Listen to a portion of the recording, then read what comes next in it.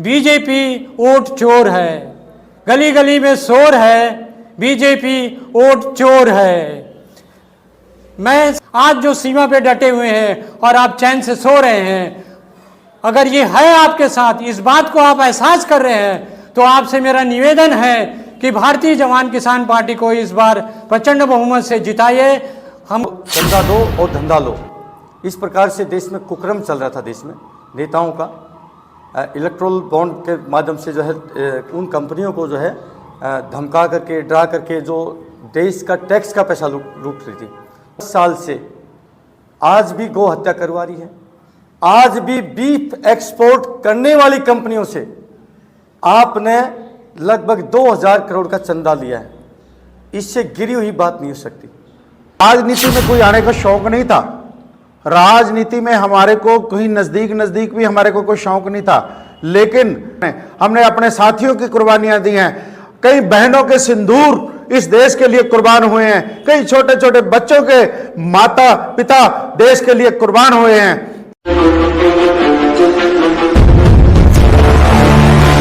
नमस्कार साथियों, CNN news, India times and national Dastak के सारे चैनल वासियों को मेरा नमस्कार। देश की जनता देख रही है कि विगत 10 सालों में इस देश में क्या चल रहा है।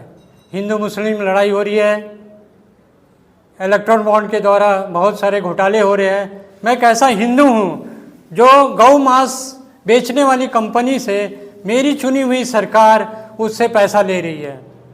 क्या ये वाजिब है? क्या ये हिंदू सेंटिमेंट को हर्ट्स कर रहा है कि नहीं कर रहा है? दूसरी तरफ इतनी सारी फार्मास्यूटिकल कंपनियां हैं जिनके सारे टेस्ट फेल हुए हैं, फिर भी इस गवर्नमेंट ने उनको लाइसेंस दिया।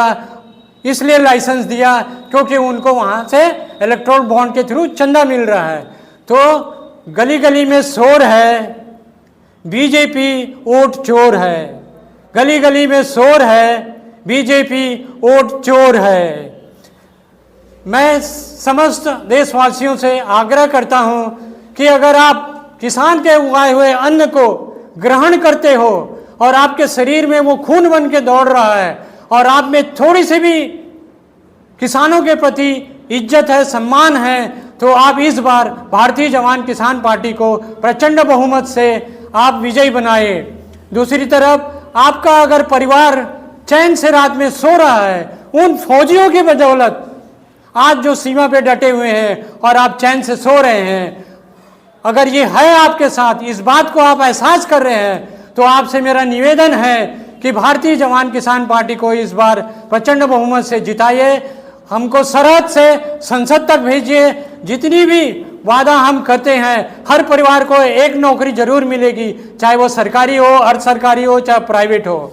हमारे पास डाटा तैयार है। हम किस तरह से हर 18 साल से 28 साल के बच्चों को हम किस तरह से नौकरी देंगे, इसकी प्लानिंग हमारे दिमाग में है। हमारी भारतीय जवान किसान पार्टी के पास है। आज जो ये छोटे छोटे मीडिया जो हैं बैठी हुई हैं और नेशनल चैनल जिसके मालिक बड़े बड़े करोड़पति बैठे हुए हैं, वो अपने चैनल के माध्यम से कुछ करते हैं और सरकार उनको लोन माफ़ कर देती है, जबकि हमारे किसान भाई को 8, 10, 15 हज़ार, 20 हज़ार लाख का लोन सरकार माफ़ नहीं करती है।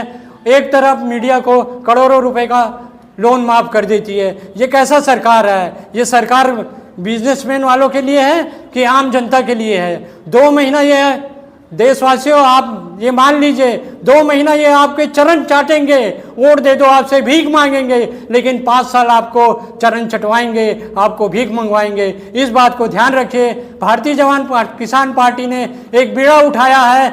आप सभी देशवासियों को सम्मान के साथ जीने के लिए आपको अधिकार मिलेगा, सुरक्षा मिलेगा, सब कुछ मिलेगा। आप डाटा उठा के देख लीजिए, 10 साल में कितनी माँ बहनों का वो हुआ है, रेप हुआ है। इस सरकार ये कहती थी कि मेरे प्रशासन में ये सब कुछ नहीं होगा, लेकिन आप डाटा उठा के देख लीजिए, ये सब अनैतिक कार्य ये बीजेपी वाले ही करते हैं और कराते हैं। देश में भाईचारा का जो माहौल था, आज इन्होंने पूरा बर्बाद कर दिया।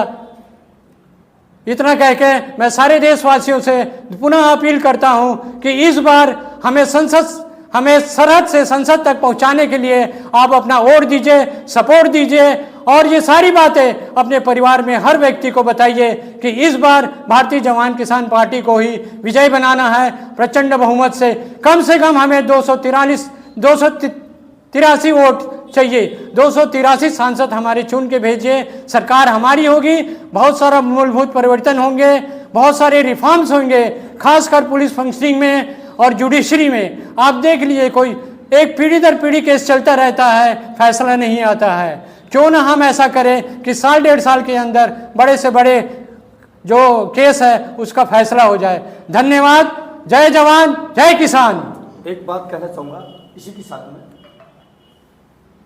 हमने बॉर्डर की रक्षा करी, अंदर आज यदि फौजी नहीं आए तो इस देश का लोकतंत्र और देश का संविधान नहीं बचेगा। आज बाबा भीमराव अंबेडकर जी ने जो संविधान, जो हमें पावर दी है, हमें बोलने की जो क्षमता दी है, ये संविधान से है। और ये अगर बीजेपी आ जाती है तो मैं गारंटी देता हूं संविधान बचने वाला नहीं है। इसलिए मेरी विनती है, हम देश के रक्षक होने के नाते हम संविधान को भी इन राक्षसों के हाथों नहीं टूटने देंगे, हम संविधान की रक्षा करेंगे। इसलिए मेरी विनती है देशवासियों, फौजी हैं, फौजी आपके बेटे हैं, आपके भाई हैं, आप विश्वास करिए अपने बेटों पर और साथ दीजिए। इन्हीं संशोधन के साथ सभी को जय हिंद, जय भारत, धन्यवाद।